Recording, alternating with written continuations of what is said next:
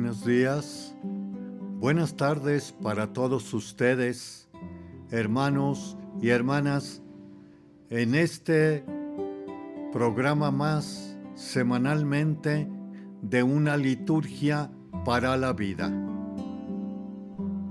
Nos encontramos en el quinto domingo ordinario de la primera etapa de este tiempo ordinario. El Evangelio de este domingo pasado es tomado de San Mateo. En aquel tiempo, Jesús dijo a sus discípulos: ustedes son la sal de la tierra. Si la sal se vuelve insípida, ¿con qué se le devolverá el sabor? Ya no sirve para nada y se tira a la calle para que la pise la gente. Ustedes son la luz del mundo. No se puede ocultar una ciudad construida en lo alto de un monte. Y cuando se enciende una vela, no se esconde debajo de una olla, sino se pone sobre un candelero para que alumbre a todos los que están en la casa.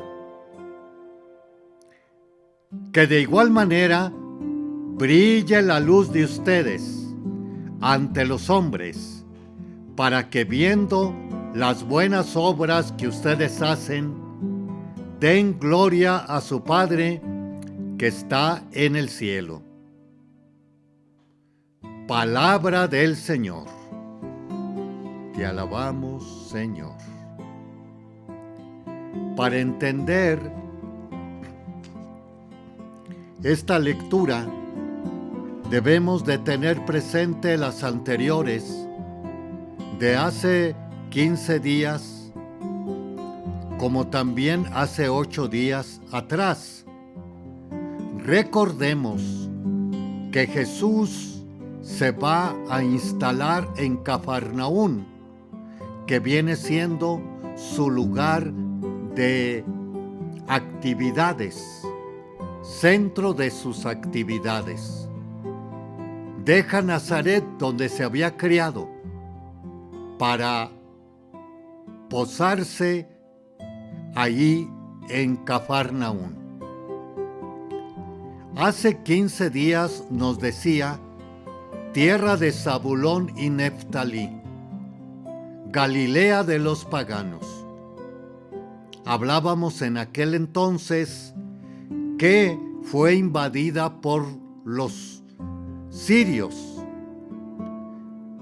Y también hubo ahí una mezcla de personas de otros lugares, que era la costumbre para deshacer un pueblo, un reinado, que se haga la mestizaje, no solamente biológico, sino cultural, religioso y todo lo que lleva con ello. Y los macabeos lo reconquistan, pero queda aún así una pequeña porción allá, Zabulón y Neftalí, al otro lado del Jordán, Galilea de los paganos. Una luz brilla entre las tinieblas, y ahí es donde se posa Jesús, centro de sus actividades, que también nos lo recuerda esto en el sacramento del bautismo, que se entrega la vela al niño y previamente se le dice a los padres y padrinos: ¿quieren que su hijo sea bautizado en esta fe cristiana y católica? Y padrinos se comprometen a llevar esta fe cristiana y católica, fe que se basa en amar a Dios y amar a sus hermanos, y recibe la luz de Cristo. Esto viene siendo que precisamente el Evangelio nos da estas características de estos 4 elementos: sal, luz, ciudad, como también vela o candela. Que valga decir que estos 4 no son para sí, sino para el otro. Y podemos hacer ahondamiento en estos 4 elementos. Ciertamente la vela, la luz que da ella, pues sirve precisamente para los demás, para poder guiarnos en la oscuridad o en la medianoche, los ocotes, los quinqués, en otros momentos, y así podríamos decir la antorcha, y ya no se diga la ciudad que siempre era construida por razones bélicas en lo alto, mas también por cuestión también de agricultura, para que el valle fuera precisamente fuese trabajado para las cuestiones de la agricultura. Y aquí una cosa bastante interesante es que también servían estas, tanto en el día como la noche, por las luces que se prendían primitivamente u originalmente, para podernos guiar hacia esa luz, hacia esa ciudad, y en el día ya no se diga también que eran precisamente hasta íconos de la antigüedad estas ciudades. Son para los demás, no son para sí. Ahora, quizás en el Evangelio nos parezca un tanto extraño que si la sal ya no sirve, entonces se tira y echa a la calle. Esto lo podemos descubrirlo en que antiguamente placas de sal se ponían en los hornos para guardar precisamente el calor. Todavía entre nosotros podemos la sal de mar, ante todo, para poder que se pueda guardar bastante lo frío. Veamos las nieves de garrafa, usanza antigua, que tienen esta característica. Pero también tiene la característica muy conocida por nosotros acerca de sazonar, como también de preservar, de no corromper. Quizás esto lo podamos nosotros bien aplicar a nuestro caminar. Vamos a hacer un pequeño espacio y regresamos. También me pueden escuchar en YouTube con la misma denominación. El Padre Víctor Anguiano, de la Diócesis de San Cristóbal de las Casas.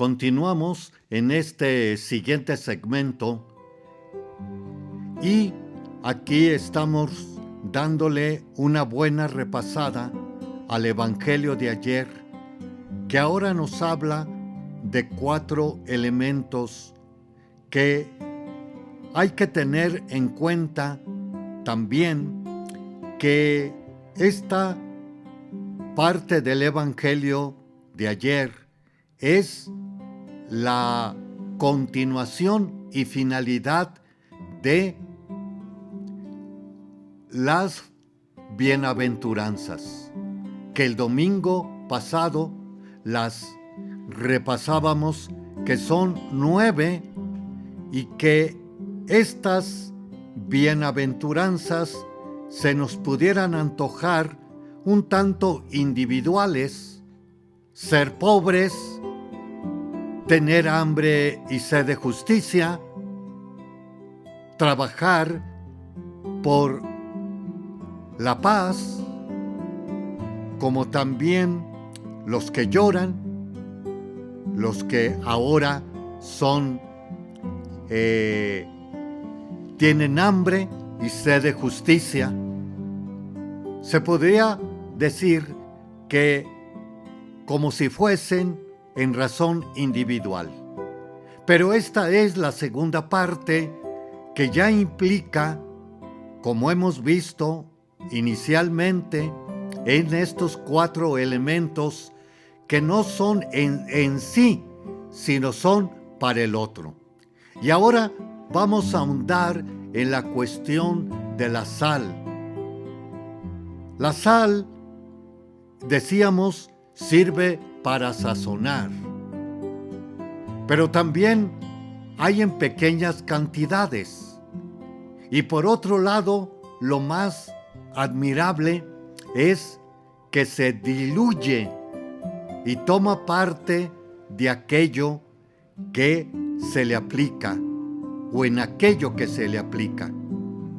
Y aquí está muy bien entender que también el Evangelio, la predicación, que precisamente está diciendo en la segunda carta a los Corintios, Pablo,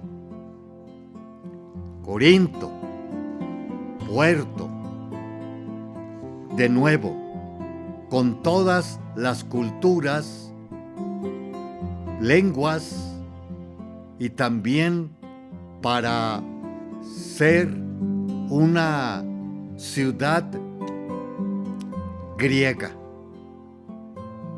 Según se dice que esta parte de los Corintios fue cuando Pablo regresa de Atenas bastante desmoralizado, puesto que había predicado en el Areópago, que cuando les comienza a hablar de la resurrección del Señor, y le dicen: de eso otra vez te escucharemos.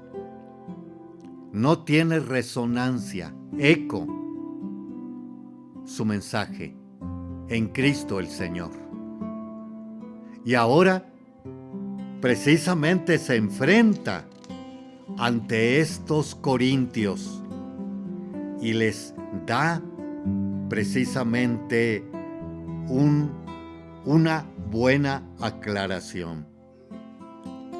Cuando llegué a ustedes para anunciarles el Evangelio, no busqué hacerlo mediante la elocuencia del lenguaje y sabiduría humana, sino que resolví no hablarles sino de Cristo, más aún de Cristo crucificado.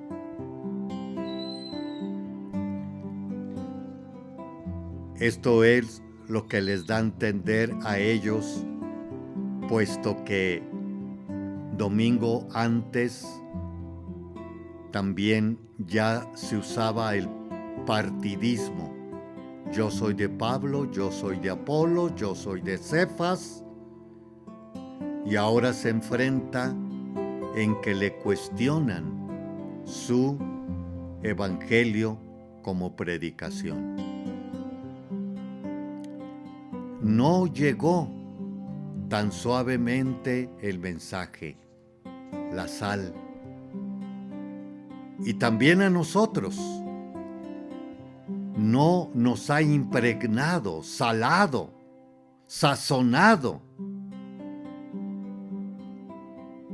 Y precisamente esta sazón, impregnación de esta sal, de este evangelio, de esta sabiduría, como diría Pablo, se va a reproducir o a hacer precisamente, por un lado, cuando nos está diciendo el Señor: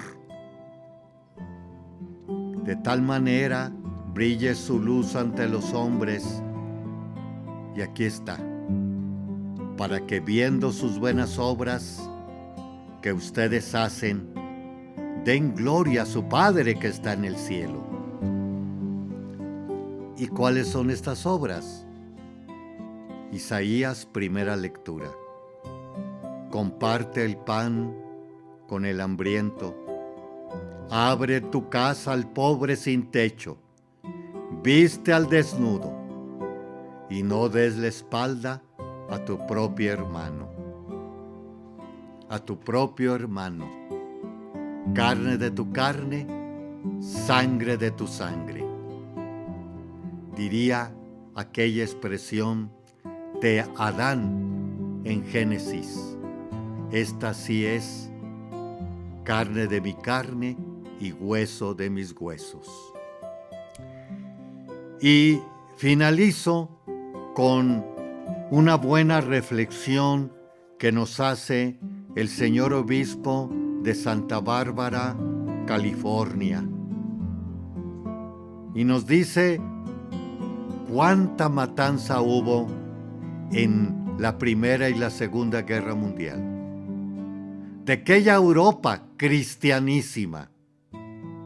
Y también los Estados Unidos y algo en parte, yo diría México. Las que abortan, o allá lo que decía el señor obispo en Estados Unidos, millones de niños no nacidos. O también acá en Chiapas, hace poco, año pasado, tuvimos en Guadalajara 70 mínimamente sacerdotes en una sola ordenación. Y ahí está el cártel de la nueva generación. Pues son situaciones que precisamente el Evangelio no ha impregnado nuestro corazón, pensamiento y vida. Y no brilla mucho esta luz delante de Dios y delante de los hombres. Y como diría el Papa Francisco, tenemos que hacer nuestra fe más creíble. Haremos otro espacio y regresamos.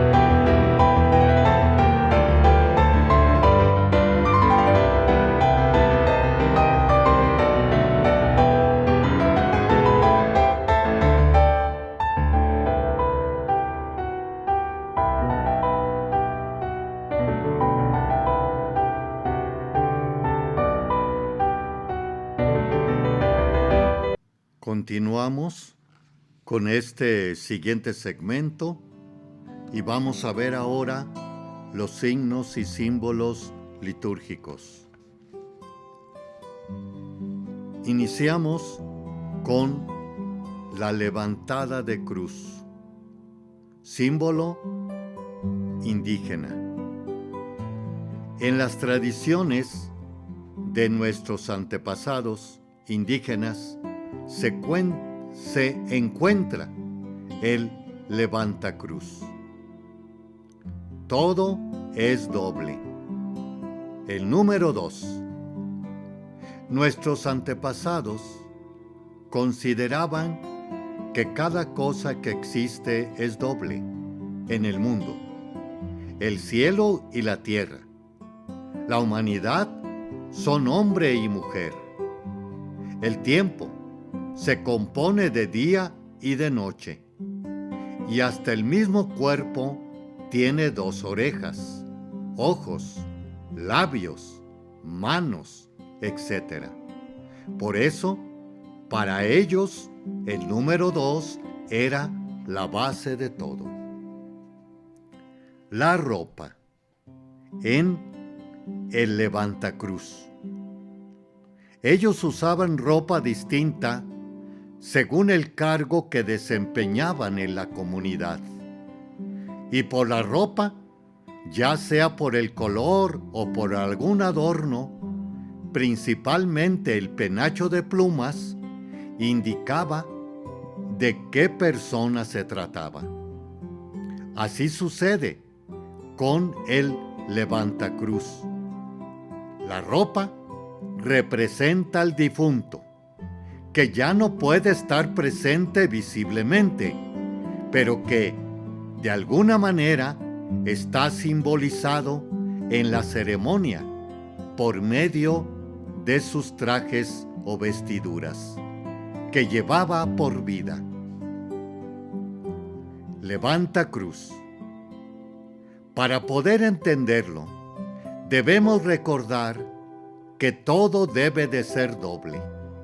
Por eso, si hay un difunto enterrado, se tiene que volver a enterrar por segunda vez. Pero, como esto no se puede hacer con el que ya se murió, entonces se hace un segundo entierro, simbolizándolo en el levantacruz. La muerte. Los indígenas aseguran que la muerte es parte de la vida. Quien aún no muere no sabe todo lo que es su vida. Uno vive para morir, y cuando muere es para ir a vivir, para vivir con Dios. La muerte no es un suceso de la persona únicamente. Al morir, la persona da vida a Dios, le da también vida a la comunidad, y con su muerte hasta le da vida al mundo. Esta es la razón tan importante de la muerte y el motivo por el cual se celebran con tanta solemnidad. El novenario y el número 3. El levantacruz se hace 9 días después del entierro. Los indígenas lo adornaban a los números el siguiente significado. El 1, el cielo. El 2, la tierra. Y con esto ya existe el mundo. Y se preguntaban, ¿cómo pasa Dios del cielo a la tierra? ¿Y cómo pasamos nosotros de la tierra al cielo? Y concluyeron que era necesario el servicio del aire, al que representaron con el número 3, y lo llamaron intermediario. El levantacruz es un novenario hecho 3 veces, 3 días, El novenario es mediador para hacer pasar al difunto al cielo mediante la oración de la comunidad. El intermediador, se recuerda también, es un sahumerio que usamos, que tiene 3 patas. Además, al incensar, vemos que el humo sube al aire y nos hace el servicio de comunicarnos con Dios para nuestras oraciones y celebraciones pasen de la tierra al cielo. La cruz. Los antiguos establecen que el mundo tiene 4 rincones y que en él existen 4 direcciones: el oriente, el poniente, el norte y el sur. Así lo ha hecho Dios. Estos 4 direcciones se cruzan en el centro en forma de cruz, y así la cruz es el signo y el símbolo del mundo. Los 4 rincones se juntan en el centro y forman un cuadrado.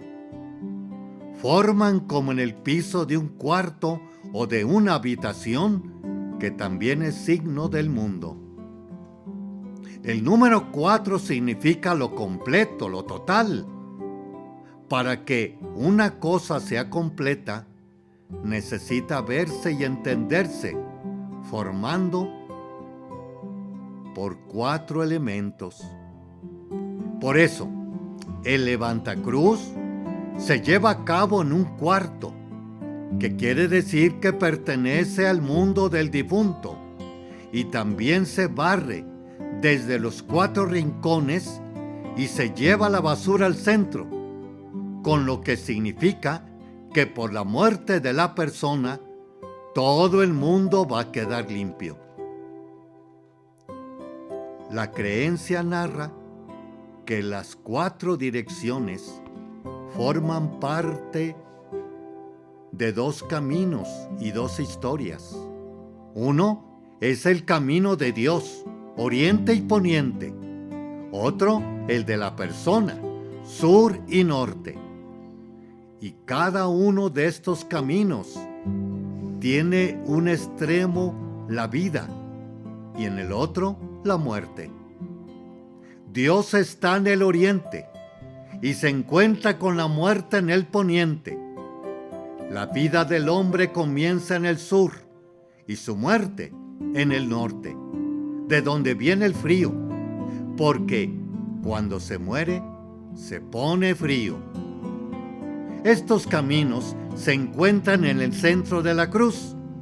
Allí donde se cruza sale una nueva dirección, la quinta hacia arriba, el número 5, que es irse con Dios, y así puede superar absolutamente cualquier situación.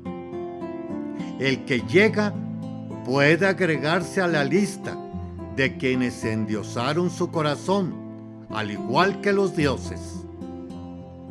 En el levantacruz, todo se pone en el centro de la habitación.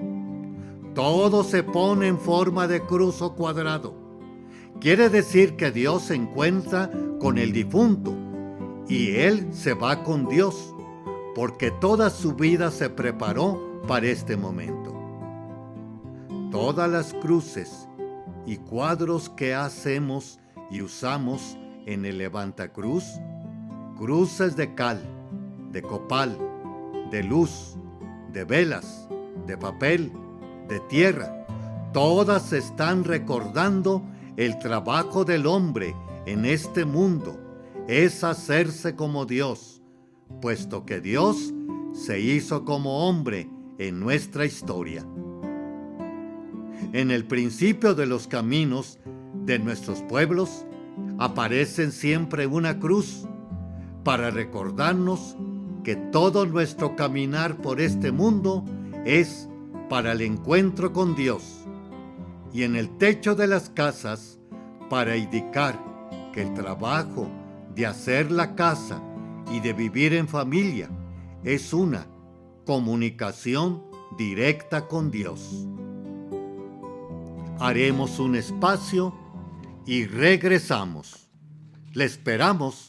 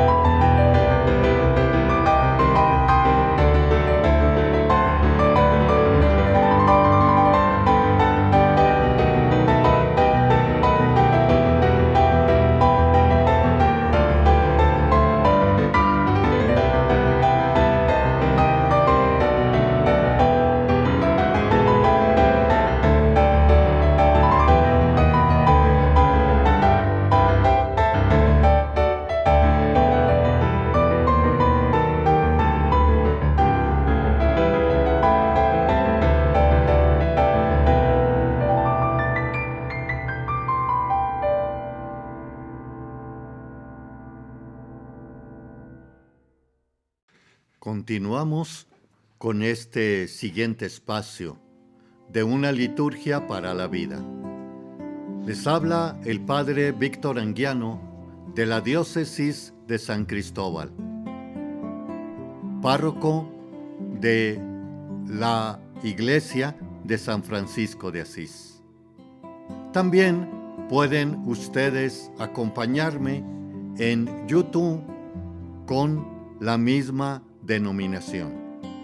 Les agradecería que dieran un like, como también pudieran pasar a otras personas, amigos o amigas suyos, que pudieran interesarles estos breves comentarios que hacemos para ir siendo luz y sal de la tierra, como así nos habla el Evangelio de ayer. Vamos ahora a tomar algunos santos y santas de esta semana. Ayer domingo celebrábamos al patrono de México, San Felipe de Jesús. ¿Cómo se denominan los y las patronas de países o continentes? Se toma en cuenta el primer santo o santa de la región o de América, como también del país o de un estado o también de un municipio. Por ejemplo, tenemos como patrona de América, tenemos a Santa Rosa de Lima, porque precisamente ella fue la primera santa de este continente. También no deja también de bullirnos en nuestro corazón, viene siendo María de Guadalupe, la emperatriz de América. Y así podemos decir de otros santos y santas, como es el caso de ahora, que San Felipe de Jesús fue el primer santo de México. Año 1572-1597. Su nombre de pila era Felipe de las Casas y había nacido en la Ciudad de México. Ingresado en los franciscanos, hubo que de salir por falta de espíritu.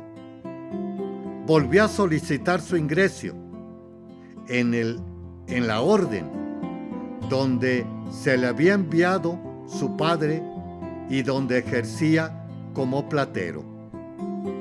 Su piedad y su espíritu de sacrificio le abrieron las puertas del sacerdocio. Siendo nuevamente enviado a México, el viaje se torció y los vientos le llevaron a Macao, ciudad entonces dominada por los japoneses.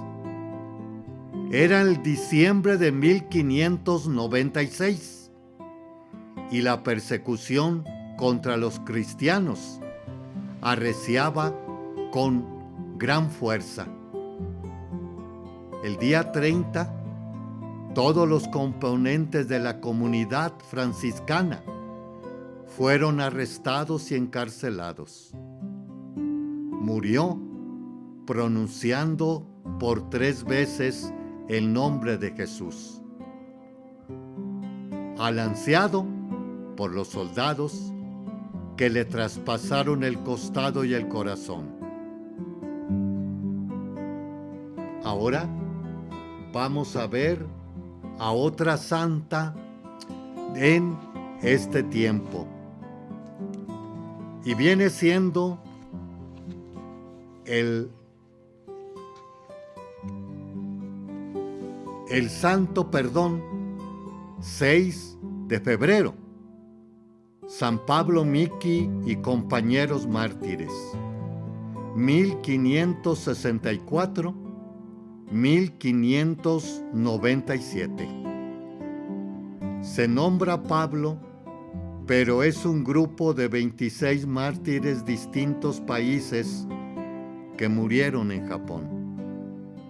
Entre ellos también sobresale aquí San Felipe de Jesús. 6 eran franciscanos, 3 catequistas jesuitas, 17 laicos japoneses. Entre ellos estaba también, comentábamos ya, el mexicano Felipe de Jesús. Los cristianos en Japón representaban una amenaza para el gobierno, que no podían compaginar el cristianismo con la cultura tradicional japonesa. Después de hacerlos caminar 60 millas para que todo el país pudiera ver su sufrimiento y se disuadieran así de seguir a Cristo, los crucificaron. Pero en el camino, ellos alegres iban cantando el Te Deum, gracias a Dios. Pablo Miki era seminarista, hijo de un importante militar japonés, cuya familia se había convertido al cristianismo. Pablo se distingue de entre todos por su don extraordinario de predicación. Incluso desde la cruz seguía predicando el cristianismo. En su predicación, Pablo Miki afirmaba una y otra vez la gran verdad que solo en Cristo se encuentra la salvación. Afirma el catecismo de la Iglesia: el camino de Cristo lleva a la vida, un camino contrario lleva a la perdición. 8 de febrero. San Jerónimo Emiliani, 1486-1537.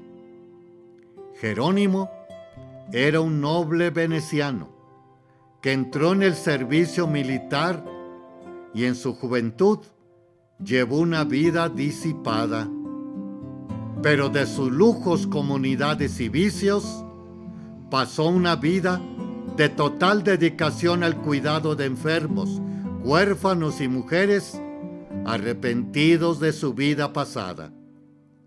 El motivo de la conversión de San Jerónimo fue la intercesión de la Virgen que lo libró de la cárcel después de una batalla.